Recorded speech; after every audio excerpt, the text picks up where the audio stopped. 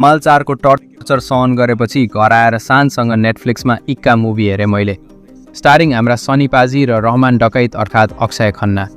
Story base छ एउटा कोर्टरुम ड्रामामा अनि मलाई कोर्टरुम ड्रामाहरू एकदम मनपर्छ।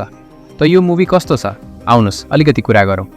हेलो हेर्नुहोस्, स्टोरी हो एउटा यस्तो मान्छेको जसमाथि मर्डरको केस लागेको छ अनि उनको डिफेन्डिङ लयरको रोल प्ले गर्दै हुनुहुन्छ सनी पाजी। तर स्टोरीका अनुसार उहाँ यस्तो लयर हुनुहुन्छ जसले कहिले त्यस्ता केसहरू लड्नुहुन्न जसमा अलिकति पनि शङ्का होस् कि अगाडिको मान्छे सचमै अपराधी नै हो। सधैँ निर्दोषहरूलाई न्याय दिलाउने यस्तो लयरसँग त्यस्तो के हुन्छ र उहाँ मजबुरीमा त्यो केस लड्न बाध्य हुनुहुन्छ? अनि के उहाँले सचमै उसलाई डिफेन्ड गर्नुहुन्छ कि उसको विरुद्धमा लाग्नुहुन्छ? त्यो तपाईँले यो मुभीमा हेर्न पाउनुहुनेछ।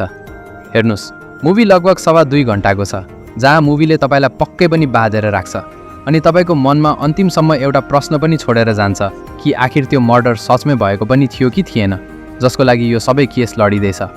जहाँ अक्षय खन्नाको एक्टिङबाट यो पत्तै चल्दैन कि यार यो मान्छे इनोसेन्ट हो कि अपराधी। उनको त्यो रहमान डकैतवाला क्यारेक्टर उनले यहाँ पनि छोडेका छैनन्, तर आउटसाइन गरिदिन्छन् सनी पाजी। एउटा कोर्टरुम ड्रामामा उनको रोल निकै इन्ट्रेस्टिङ लाग्छ। उनलाई यसरी प्रेजेन्ट गरिएको छ कि उनले आफ्नो लाइफको एउटा पनि केस हारेका छैनन् अनि उनी जब मजबुरीमा एउटा यस्तो केस लड्दैछन् जुन उनको एथिक्सको विरुद्धमा छ, तब त्यो केस लड्दा लड्दै पनि जसरी उनले त्यस केसलाई ह्यान्डल गर्छन् त्यो हेर्न लायक पक्कै छ। यहाँसम्म कि क्लाइमेक्स पनि राम्रोसँग लेखिएको छ जहाँ सत्यको अगाडिबाट पर्दा उठ्छ अनि लास्टमा सनी पाजीले आफ्नो इक्का फाल्छन्। तब तपाईँले बुझ्न सक्नुहुन्छ कि किन यो मुभीको नाम इक्का राखिएको हो। नेगेटिभ्सको कुरा गर्दा धेरै पटक कुराहरू प्रेडिक्टेबल पनि भइदिन्छन् जुन यसको एउटा माइनस पोइन्ट हो। अनि अर्को एउटा कुरा जुन मजबुरी सनी पाजीको क्यारेक्टरलाई लिएर देखाइएको छ कि किन उनी उसकै साथमा केस लड्दैछन्, त्यसलाई बुझ्नको लागि तपाईँले आफ्नो सोच्ने र बुझ्ने शक्तिलाई अलि ब्रोड पर्सपेक्टिभमा लैजानुपर्ने हुन्छ। किनभने नाइ यार यहाँ स्पोइलर दिन सक्दिनँ, तर सायद यही कुरालाई लिएर नर्मल अडियन्सले यो फिल्मलाई ट्रोल पनि गर्नेछन्।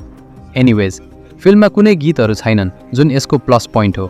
फिल्मले कतै पनि बोर गर्दैन जुन फेरि प्लस पोइन्ट हो। त यदि तपाईँलाई कोर्टरुम ड्रामा मनपर्छ भने यो मुभीलाई तपाईँ आफ्नो वाच लिस्टमा पक्कै पनि एड गर्न सक्नुहुन्छ। फिल्ममा ब्रुटालिटी, गालीगलौज वा अश्लीलता छैन, त्यसैले तपाईँ यसलाई फ्यामिलीसँग पनि हेर्न सक्नुहुन्छ।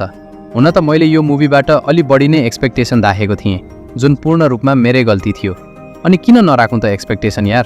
दुईजना एक्टिङ लिजेन्ड आम्ने सामने टक्राउँदैछन् भाइ, एक्सपेक्टेसन त बढ्ने नै भयो।